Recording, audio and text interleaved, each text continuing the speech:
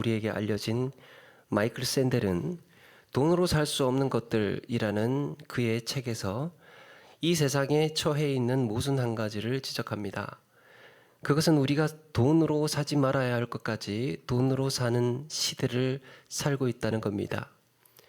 인류가 돈을 사용하기 시작하면서 처음에는 재화나 용역을 사고 파는 데에만 한정이 됐습니다. 시장에서 돈을 주고 과일을 산다든지 돈을 주고 무슨 물건을 산다든지 그리고 주어진 시간 동안 삭스를 주고 노동력을 얻는다든지 하는 정도였습니다. 그런데 시장지상주의가 팽창하면서 점차 돈으로 살 수 있는 것들이 많아지고 있다고 합니다. 그나마 아직은 돈으로 살 수 없는 것들이 남아있기는 하지만 가까운 미래에는 정말 돈으로 살 수 없는 것이 없는 세상을 맞이하게 된다고 경고합니다. 돈으로 못 사는 게 없는 세상이 온다는 거죠. 돈으로 모든 걸 할 수 있게 해서는 안 된다는 거예요. 그래서 이미 우리 시대에 파고든 시장지상주의는 사회의 공공성, 평등, 도덕, 질서와 같은 이런 가치를 위협하고 훼손하고 있습니다. 예를 들면 공항에서 항공권을 구매할 때 돈을 더 내면 패스트 트랙으로 줄 서지 않고 바로 통과한다든지 카풀 차로에 이용권을 사면 혼자 운전해도 카풀 차로를 이용할 수 있다든지 하는 겁니다. 그 밖에 돈을 주면 대리로 줄을 서게 해주고 대리로 사과 서비스도 하게 됩니다. 대신 가서 돈 주면 사과해주는 서비스도 있다는 거예요. 이렇게 우리는 기다림이나 양보, 배려, 관용, 질서와 같은 이런 가치들이 상품이 되어서 팔리고 있는 세상이 있습니다. 갑자기 원빈 씨의 허세 넘치는 대사가 기억이 납니다. 내가 널 돈으로 살게. 얼마면 돼? 죄송합니다. 잠깐만요.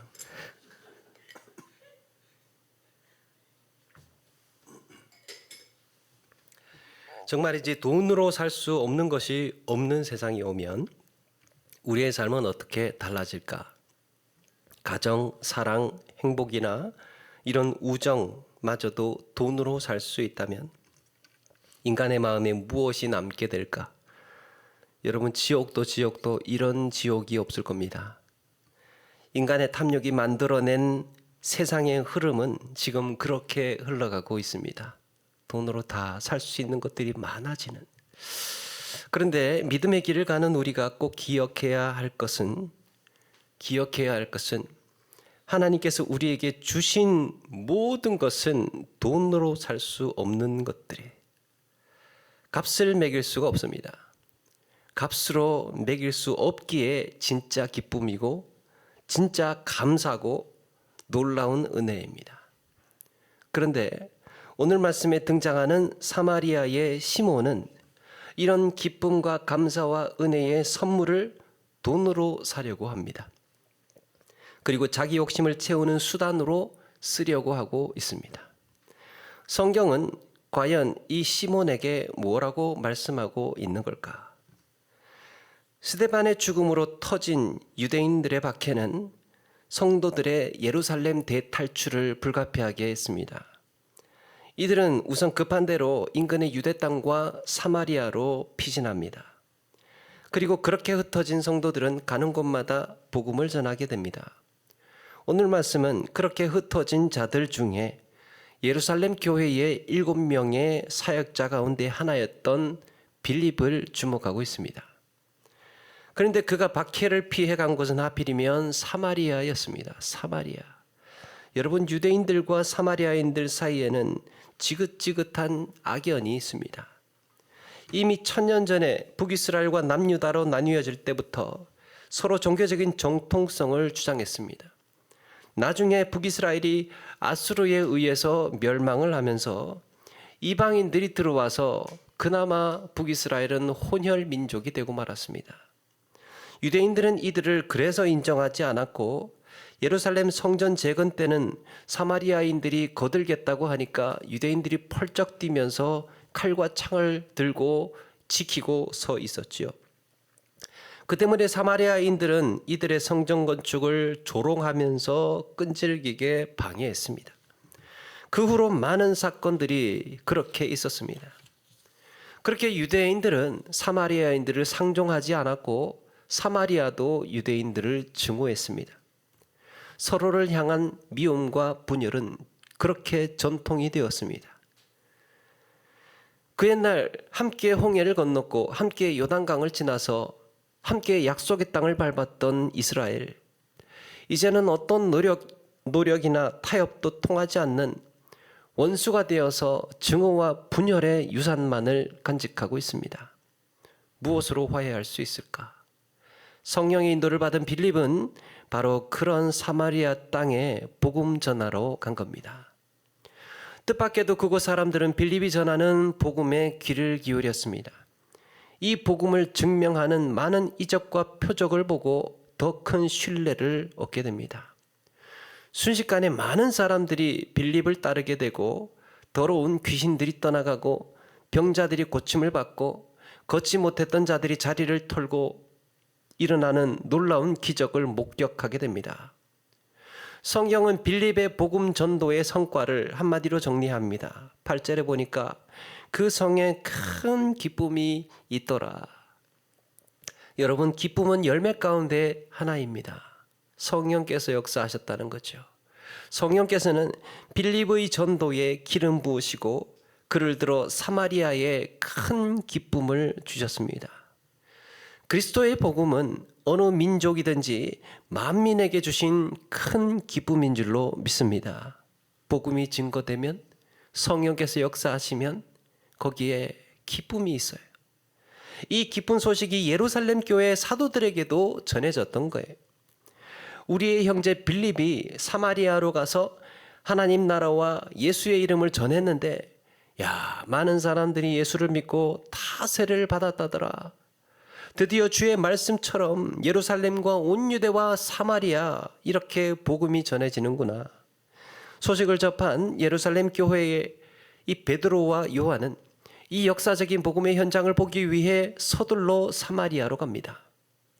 가서 보니까 정말 듣던 대로 엄청난 이적과 표적이 일어났고 사마리아인들이 그리스도의 이름 앞에 엎드리고 말씀을 사모하면서 정말 뜨거운 부흥의 역사가 일어나고 있었어요. 그 사마리아에 두 사도의 마음이 벅차오릅니다. 그리고 이 놀라운 은혜의 현장에 감동이 되어서 기도하기 시작합니다.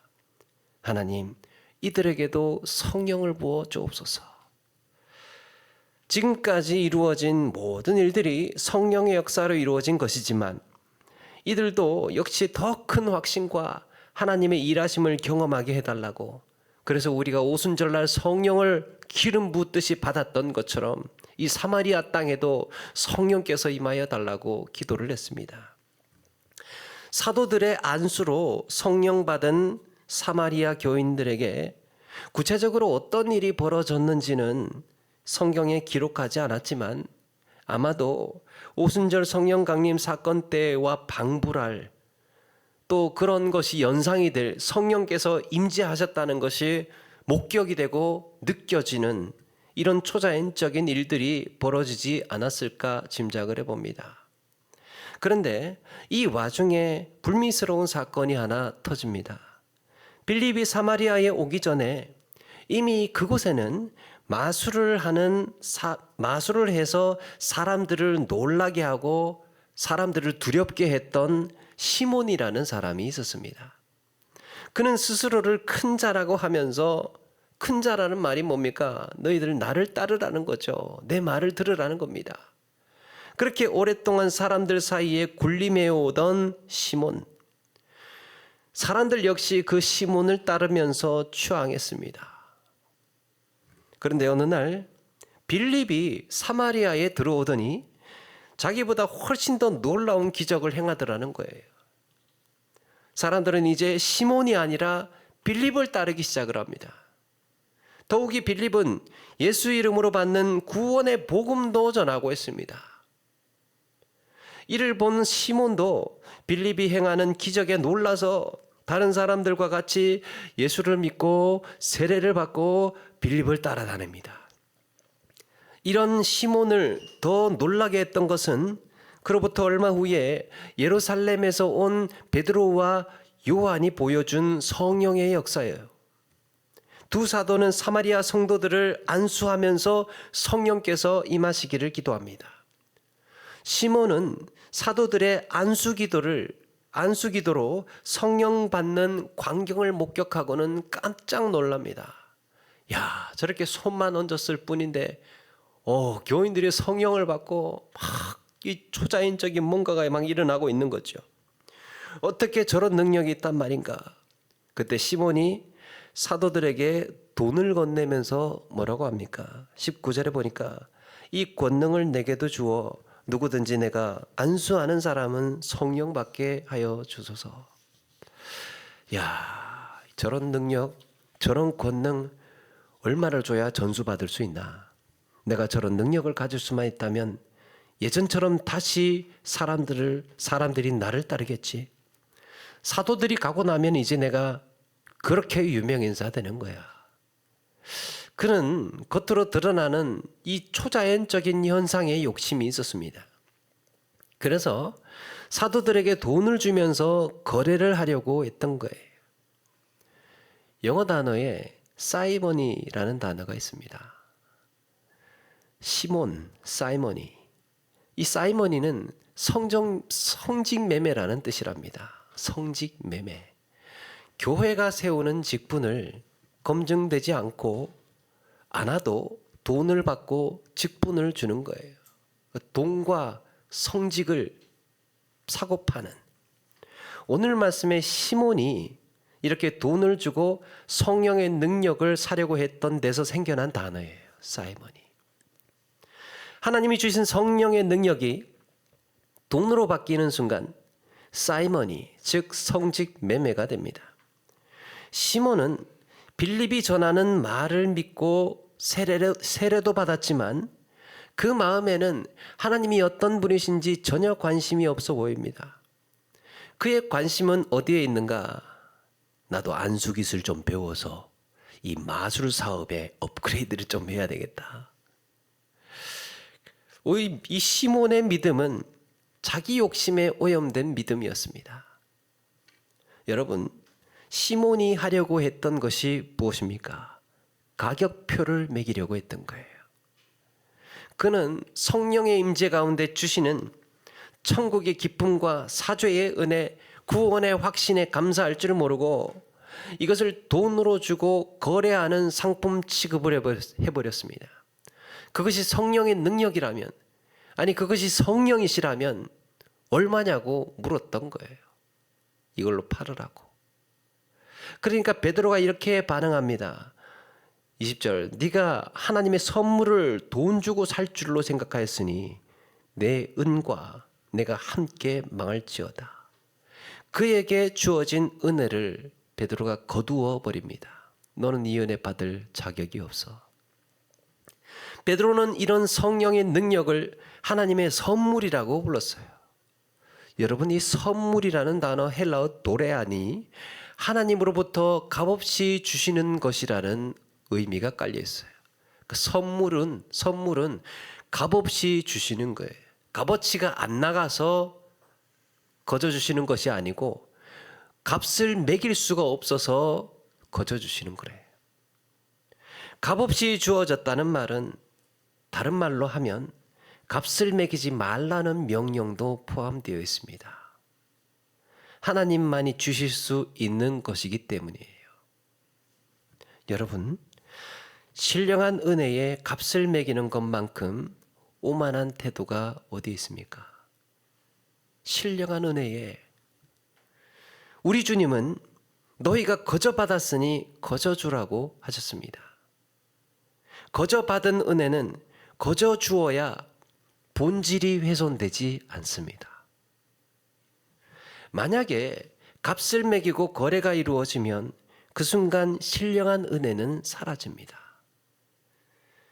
여러분, 사랑이 계산되는 순간 사랑이라는 본질은 날아가고 사랑을 예쁘게 포장했던 포장지만 남습니다. 우리는 돈이 있어야 살 수 있을 것 같아요. 돈이 있어야 정말 살 것 같아요. 그래서 사실 정말 돈이 필요하기도 합니다. 그런데 여러분, 가만히 생각을 해보면, 정작 가만 생각해 보면 사람이 사는 것은 돈으로 살 수 없는 것으로 삽니다. 돈이 없어서 죽는 게 아니라 희망이 없어서 죽고, 명예 때문에 죽고, 사랑이 없어서 죽어요.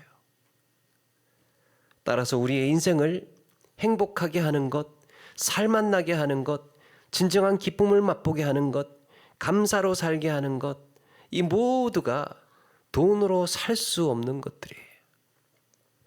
어린아이의 해맑은 웃음이라든지, 정직한 땀으로 일구어낸 승리라든지, 말없이 부둥켜 안은 용서와 화해, 이런 것들이 우리를 1년을 살아내게 하고 10년을 살아내게 하고 30년을 살아내게 하는 겁니다.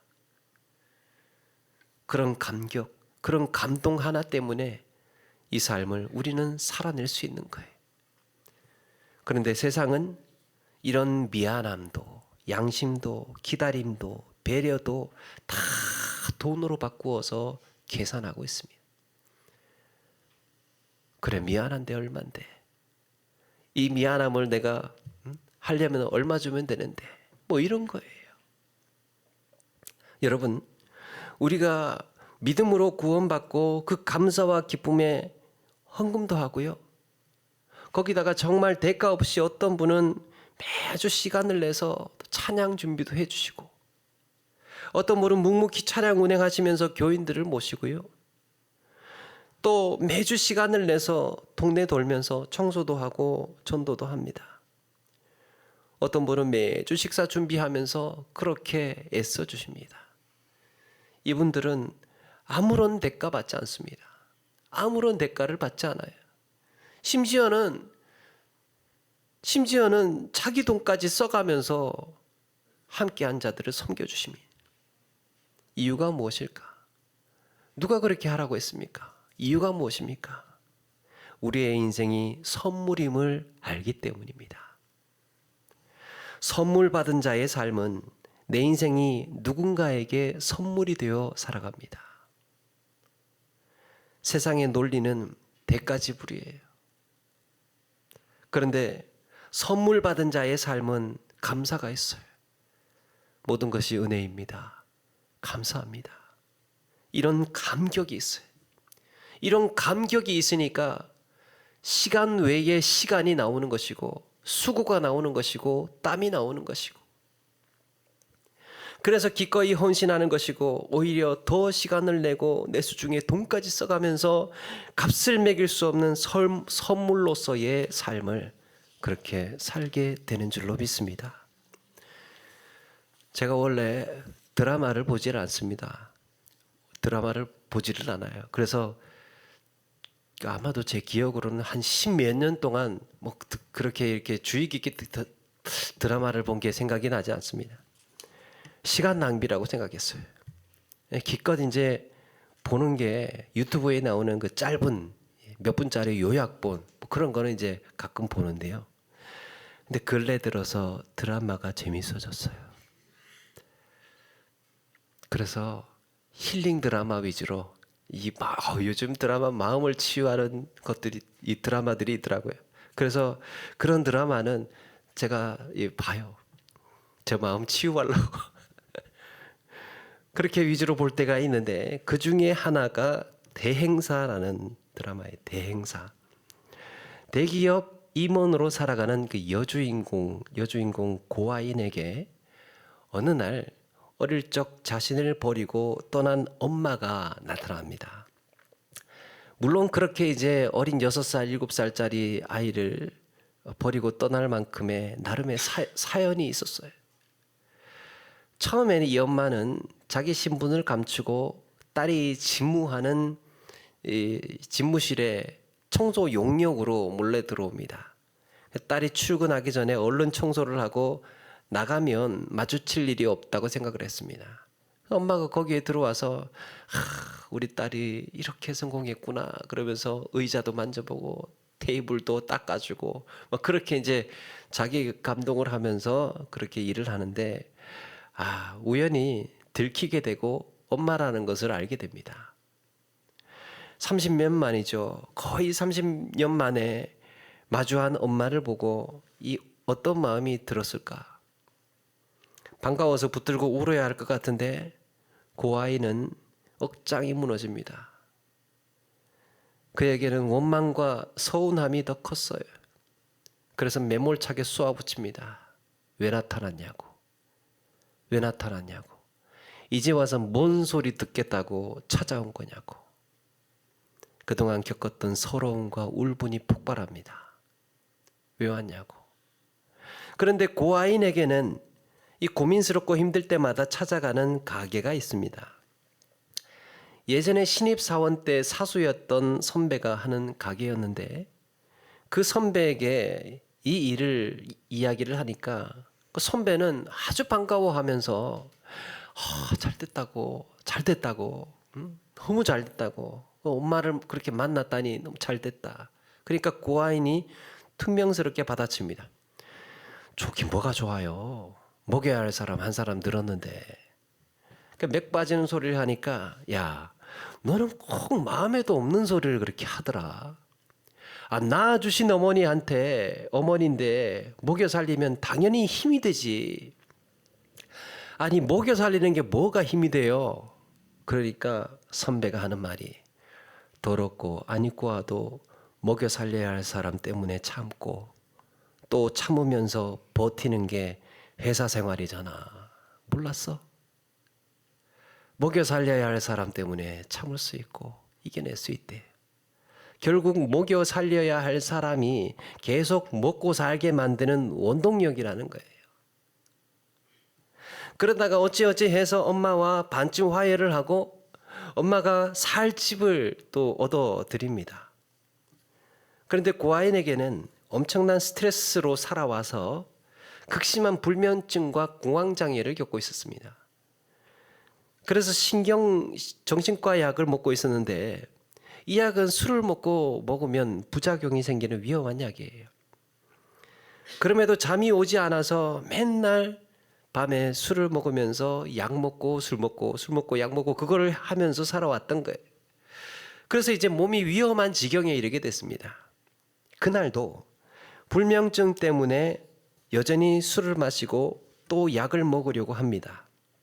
그때 약을 딱 먹으려고 하는데 엄마한테서 문자가 왔어요.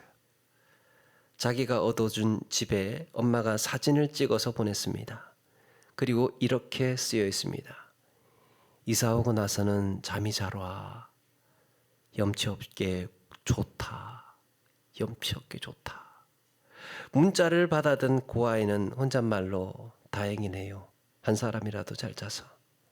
그리고 먹으려고 집어들었던 약을 내려놓습니다. 그에게 엄마는 자기를 살게 하는 힘이었습니다. 돈으로 살 수 없는 것을 위해 시간을 쓰고 돈을 써도 아깝지 않은 인생. 방을 얻어드리고 엄마를 모시고 또 그를 챙겨드리고 그렇게 하는 것이 자기에게 오히려 힘이 되었던 거예요. 그것이 나를 살게 하는 힘이었습니다. 사랑하는 여러분, 우리는 돈으로 살 수 있는 것을 위해 내 인생을 더 많이 쓰고 있는 걸까요? 아니면 돈으로 살 수 없는 것들을 위해 내 돈과 시간과 수고를 쓰고 있는 걸까요? 물론 돈 역시 귀하고 필요한 것이지만 진정한 우리의 기쁨과 감사, 헤아릴 수 없는 은혜, 돈으로 살 수 없는 주님의 사랑이 결국에는 나를 살게 하고 내게 힘이 된다는 사실을 믿으시기 바랍니다. 말씀을 마칩니다. 우리의 삶에는 돈으로 살 수 없는 고귀함이 있어요. 우리 인생은 돈으로 살 수 없는 고귀함이 있어요. 어쩌면 이것을 놓치고 살아가고 있지는 않았을까? 그걸 다 돈으로 바꾸면서 우리의 고귀함을 하찮게 만들어가고 있지는 않았을까? 그래서 숨이 막혔던 것이고 때로는 허전하고 불안했던 것은 아닐까? 구원의 은혜와 기쁨에서 시작된 돈으로 살 수 없는 인생. 그래서 서로를 향한 따뜻한 미소와 아름다운 말 한마디, 대가 없는 일에도 머뭇거리지 않고 두 팔을 걷어붙이는 섬김, 계산하지 않은 충성과 헌신과 사랑의 수고가 우리의 심장을 뛰게 한다는 사실을 기억하며 선물로 받은 인생, 선물이 되어 살아가시는 저와 여러분 되기를 주의 이름으로 축원합니다.